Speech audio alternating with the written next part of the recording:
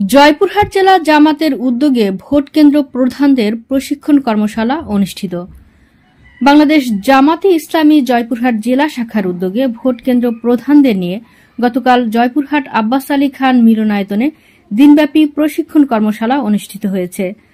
বিস্তারিত দেখুন জয়পুরহাট থেকে মোহাম্মদ আব্দুল কাইমের প্রতিবেদনে। বাংলাদেশ জামাতে ইসলামীর কেন্দ্রীয় মজলিসের সুরার অন্যতম সদস্য ও জয়পুরহাট জেলা জামাতে ইসলামীর আমির ডাক্তার ফজলুর রহমান সাইদের সভাপতিত্বে ও জেলা জামাতের সেক্রেটারি মাওলানা গোলাম কিবরিয়া মণ্ডলের সঞ্চালনায় উক্ত কর্মশালায় প্রধান অতিথি হিসেবে আলোচনা করেন জামাতে ইসলামী বগুড়া অঞ্চলের অন্যতম সদস্য অধ্যাপক আব্দুর রহিম। তিনি বলেন, জামাতে ইসলামী 4 দফা কর্মসূচি নিয়ে কাজ করছে।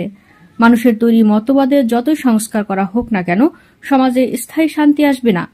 জামাত ইসলামী আল্লাহর বিধান, সমাজ সংস্কার ও সমাজ গঠনে কাজ করছে।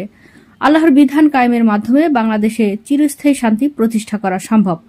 উপস্থিত সবাইকে শান্তি ও বৈষম্যমুক্ত ইসলামী সমাজ গড়তে ইসলামের পক্ষে ভোট কেন্দ্র ভিত্তিক 19 দফা কাজ করার আহ্বান জানান। সেন্ট্রাল কমিটি সভাপতি, সেক্রেটারিবৃন্দ এবং সম্মানিত ডেলিগেট ভাইরা, জয়পুরহাট জেলার তাদেরকে আজকে এখানে আহ্বান করা হয়েছে।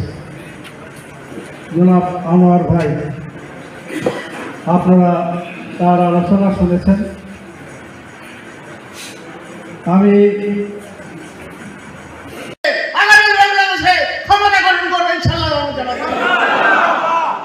সেই ক্ষমতা গঠনের ক্ষেত্রে আমরা প্রত্যেকটা আর এস এম রাশেদুল আলম সবুজ ভাই, এই দুজন প্রার্থী এখন লাইটে থাকবে। এরপরে আমাদের বলা হয়েছে উপজেলা চেয়ারম্যানের ফল খুবই ভালো হচ্ছে, এখন হ্যাঁ ফসল ভালো হবে, এটা আমাদের প্রত্যাশা। আমাদের আছে